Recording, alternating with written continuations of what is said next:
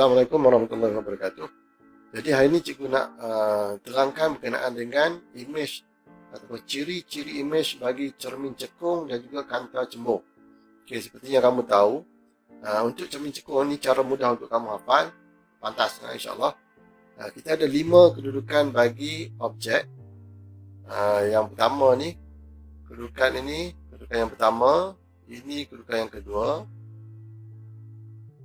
Yang sini adalah kedudukan yang ketiga, keempat dan yang kelima. Okey, kita ada 5 kedudukan. Yang mana kedudukan ini juga sebenarnya sama untuk kanta cembung, tapi cikgu akan sentuh kanta cembung lepas ni. Okey, kita pergi dulu kepada cermin cekung. Macam mana kita nak hafal dengan mudah dan cepat. Okey, yang kedudukan 1, 2, 3, 4, 5 ni sebenarnya adalah kedudukan bagi objek. Okey. Inilah yang pertama, U dia lebih besar daripada 2F.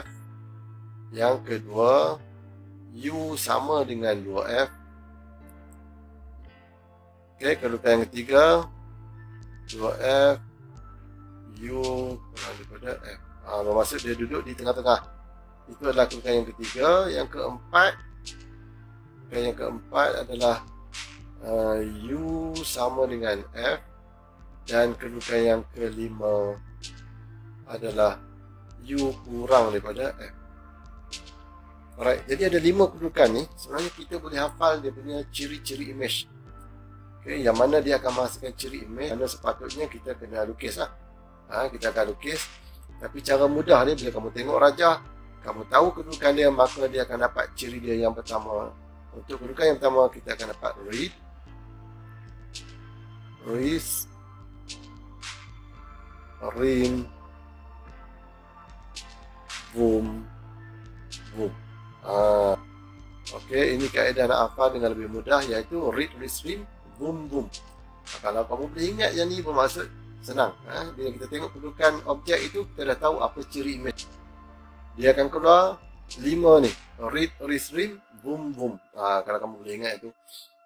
Jadi kedudukan pertama ni kamu tahu dah, dia akan dapat read, dia akan dapat reese, akan dapat rim, sini akan dapat boom, sini pun akan dapat boom juga. Okay, apa ni read, reese, rim, boom, boom ni?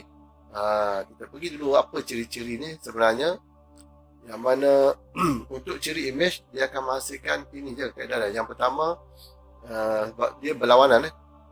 Kalau kita ada real image, lawan dia adalah virtual. Okay, ini imej nyata, lawan dia adalah maya. Satu lagi adalah kalau inverted, lawan dia adalah upright ataupun tegak. Okey, lepas tu satu lagi adalah magnified.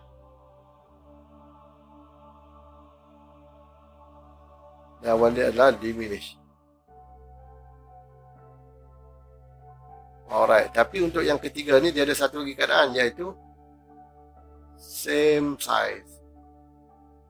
Alright, jadi di sinilah yang cikgu ambil tadi untuk menghasilkan akronim itu read, reese, rim, boom, boom.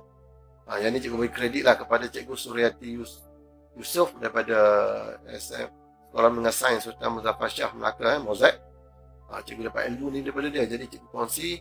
Moga kamu pun dapat kongsi dengan orang lain. Okay, so R ni adalah real, I itu adalah inverted, dan M itu adalah magnified. Kalau V virtual adalah V, upright adalah U, diminish adalah D. Kalau same size ni kita SS. Alright, bermaksud kalau kamu tengok balik ciri dia ni, untuk kedudukan yang pertama, kita akan dapat real, inverted, diminish. Dia mesti ada 3 ni, 3 keadaan yang mana real, inverted, diminish. Maksudnya dia adalah nyata, dia adalah inverted, songsang, dan juga dia dikecilkan. Okay, itu kalau kedudukan pada kedudukan 1. Dia lebih besar daripada 2F. Tak kisahlah dia duduk kat belakang ni pun, dia kekal dengan read saja. Real, inverted, diminish. Sekiranya dia berada pada kedudukan yang kedua, dia akan dapat real, inverted, same size. Real, inverted, same size. Dia akan dapat sebelah sini. Yang seterusnya yang ketiga, kita akan dapat real, inverted, magnified. Okay. Dan yang keempat, pada kedudukan sama dengan F, kita akan dapat virtual, upright, magnified. Magnified dia pada infinity. Bermaksud kita tak dapat satu image sebab kita akan dapat dua garisan yang selari ke belakang. Dan last sekali, kalau kedudukan yang di hadapan F, maka kamu akan dapat zoom, iaitu virtual, upright dan magnified. Okey, tapi sebelum tu mesti kamu kena ingat balik apa itu virtual, apa itu real. Okay, ini dia ada perbezaan. Sekiranya dia adalah image nyata, real image, bermaksud dia boleh terbentuk di atas screen, can be captured on screen. Kita boleh, kalau kita screen, kita boleh nampak benda tu. Itu real image.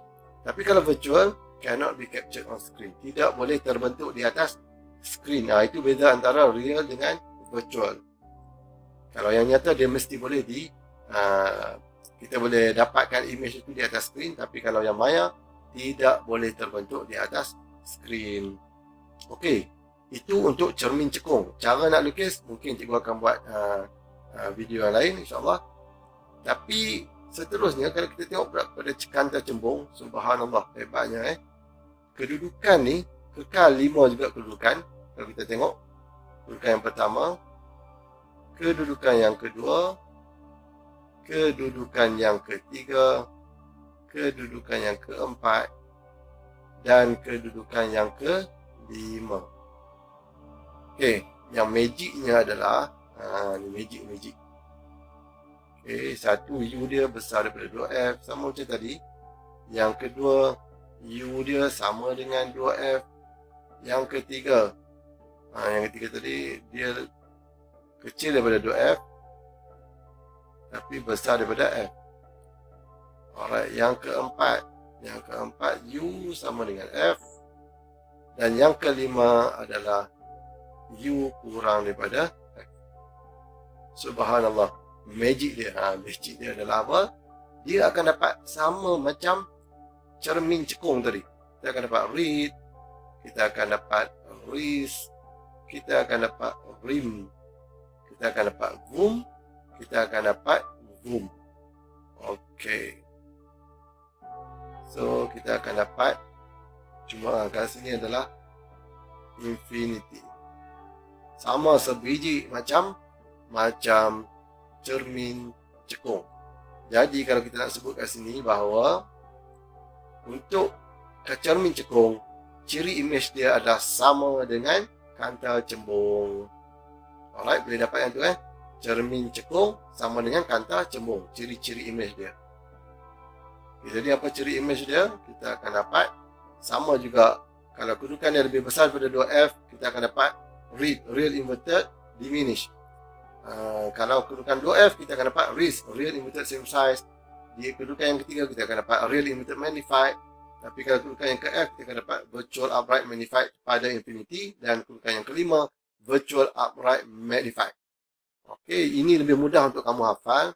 Cuma beza dia adalah antara cermin dengan cermin cekung dengan kantar cembung ni, beza dia adalah untuk real image. Ini kita nak ceritakan sikit. Untuk real image bagi cermin, dia adalah sama arah dengan objek. Okey. Untuk cermin, kalau real, bermaksud dia sama arah dengan objek. Ini untuk cermin.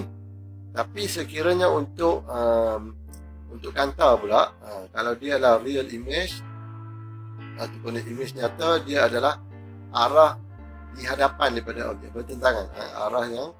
Arah bertentangan dengan objek.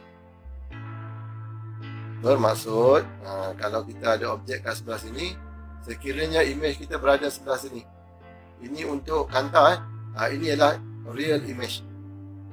Objek sebelah kiri, dia punya image sebelah kanan, maka ini adalah real image. Tapi berbanding dengan cermin cekung tadi, sekiranya objek sebelah kiri, image juga sebelah kiri, macam ni contoh, maka ini adalah real image. Okay, real image dia mesti sama arah dengan objek. Itu dia beza antara real image bagi kantar dengan cermin. Sekiranya image maya pula, kalau cermin, dia berada di belakang. Contoh image kat belakang ni bermaksud ni adalah virtual image. Okay, Tapi sekiranya kanta pula dia berada sama arah, okey, sama arah dengan objek, bermaksud ini adalah virtual image.